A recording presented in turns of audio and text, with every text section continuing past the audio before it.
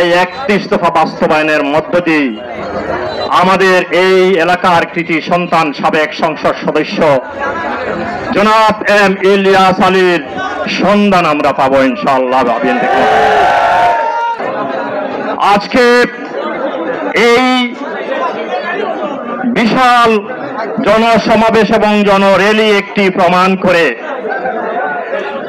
আমাদের প্রিয় নেতা শহীদ রাষ্ট্রপতি জিয়াউর রহমান, দেশনেত্রী বেগম খালেদা জিয়ার সুযোগ্য উত্তরসূরি ইনশাআল্লাহ আগামী দিনের বাংলাদেশের আগামীর গণতান্ত্রিক বাংলাদেশের কর্ণধার বিএনপির ভারপ্রাপ্ত চেয়ারম্যান জনাব তারেক রহমানের প্রতি আপনারা যে ভালোবাসা দেখিয়েছেন, এই এলাকার জনসাধারণকে সম্পৃক্ত করে বিএনপি যে ঐক্যবদ্ধ বিএনপি আজকে সেটা প্রমাণ হলো।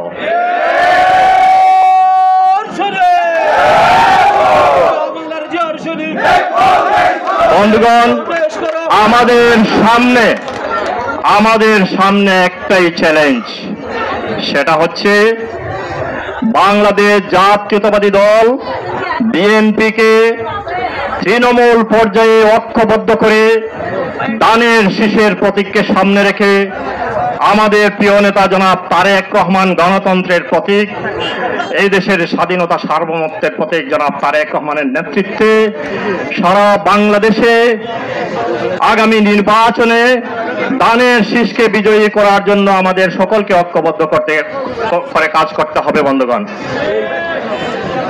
আজকের এই বিশাল সমাবেশে জনাব তারেক রহমান কর্তৃক ঘোষিত 31 দফা রাষ্ট্র মেরামতের সমর্থনে আয়োজিত আজকের এই বিশাল গণসমাবেশ।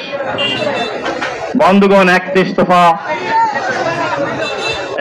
দফা রাষ্ট্র কাঠামো মেরামতের যদি বাস্তবায়ন করতে চান তাহলে আমাদেরকে দানের শীষে ঐক্যবদ্ধ হতে হবে এবং আগামী নির্বাচনে দানের শীষকে বিজয়ী করে বিএনপিকে রাষ্ট্র ক্ষমতার দায়িত্ব আমাদেরকে তুলে দিতে হবে। যদি আমরা দানের শীষকে বিজয়ী করে বিএনপিকে জনাব তারেক রহমানের নেতৃত্বে নতুন বাংলাদেশ গড়ার প্রত্যয়কে যদি আমরা প্রতিষ্ঠিত করতে চাই, তাহলে 31 দফার আমাদের মা বোনের কাছে প্রতিটি ঘরে ঘরে 31 দফা পৌঁছে দিতে হবে। এই 31 দফা বাস্তবায়নের মধ্য দিয়ে এই এলাকার যত অবহেলিত রাস্তাঘাট রয়েছে, যোগাযোগ ব্যবস্থা রয়েছে, সেই যোগাযোগ ব্যবস্থার উন্নয়ন সাধন করা সম্ভব হবে ইনশাআল্লাহ। এই 31 দফার মাধ্যমে মহিলাদের উন্নয়নের ব্যবস্থা রয়েছে, যাদের মহিলা কার্ড দিয়ে বিএনপি ক্ষমতায় অধিষ্ঠিত হলে ইনশাআল্লাহ মহিলা কার্ড প্রবর্তন করেছে, যেটা 31 দফায় রয়েছে।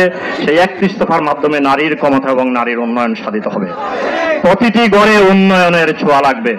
এই 31 দফার মাধ্যমে আমাদের হারিয়ে যাওয়া গণতন্ত্রকে আমরা ফিরিয়ে পাবো।